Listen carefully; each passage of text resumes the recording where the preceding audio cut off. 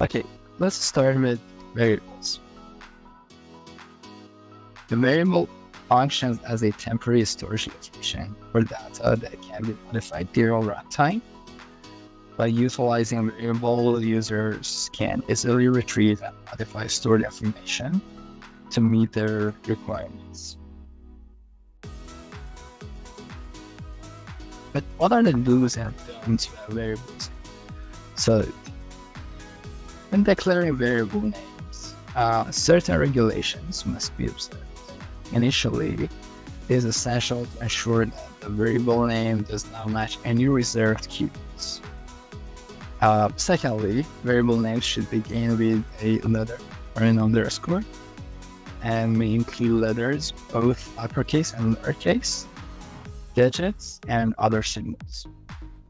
For instance, the variable names, like for example, user123, it's totally allowed. But the variable like 123 user or $sign user are not. So additionally, it is important to note how variable names are case sensitive. So if you store the same variable name with or without uppercase letter, they would mean two different variables.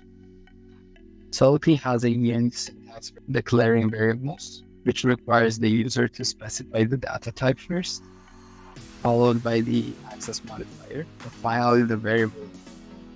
For instance, to declare an integer variable with a public access modifier, the user would write int public variable name.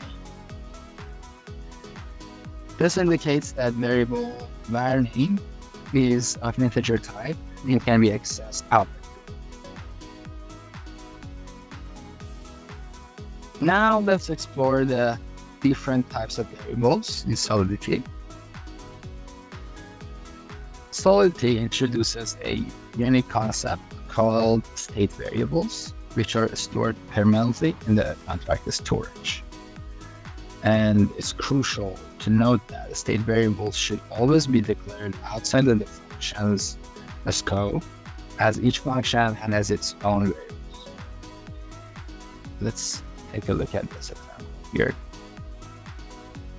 So here you can see a state variable defined here. Whenever we change the value of this variable, we're basically modifying the state of the whole chain. So all changes that we do stays on the chain. There's another type of variable in Solidity called local variables.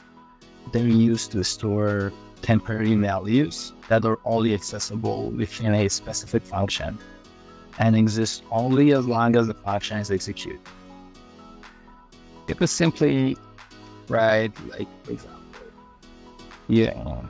256 where equal 5.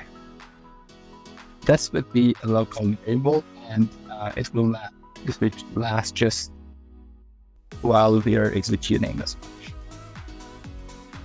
The third type of variable that we have here in Solidity are global variables. Actually provide information about the transactions and blockchain properties and can be accessed throughout the contract.